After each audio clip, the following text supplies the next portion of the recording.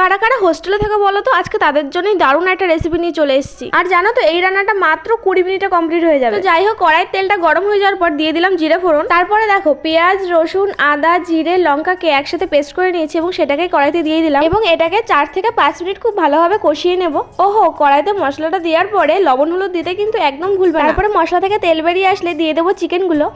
এতক্ষণ দেখে তো বুঝেই গেছো আজকে কি রান্না হতে চলেছে। আজকে হবে ঝালঝাল করে চিকেন কষা। আর হ্যাঁ, তোমরা ঝালঝাল পছন্দ না করলে একটু কম ঝাল দিয়েও রান্না করতে পারো কিন্তু। তো যাই হোক, মাংসগুলোকে ওই 4-5 মিনিট কষিয়ে নেওয়ার পর দিয়ে দেবো এখন আলুগুলো। আর আলুগুলোকে দেখো আমি কিন্তু একদম ভাজি নিয়ে একদম কাঁচা কাঁচাই দিয়েছি। আলুগুলো দিয়ে একটু নাড়াচাড়া করে দিয়ে দেবো পরিমাণ মতন জল। আর জলটা দেওয়ার পর বেশি না 10 মিনিট ফোটালেই হয়ে যাবে। আর তোমরা যদি এর থেকেও তাড়াতাড়ি রান্না করতে চাও, প্রেসার কুকারে 1 থেকে 2টো সিটি দিলেই হয়ে যাবে। আর এখানে দেখো কথা বলতে বলতে মাংসটা হয়ে গেছে। আর এখানে দিয়ে দেবো পরিমাণ মতন গরম মশলার গুঁড়ো। গরম মশলার গুঁড়োটা দেওয়ার পরে গ্যাসটা বন্ধ করে দিয়ে এখানে ঢাকা দিয়ে দেবো।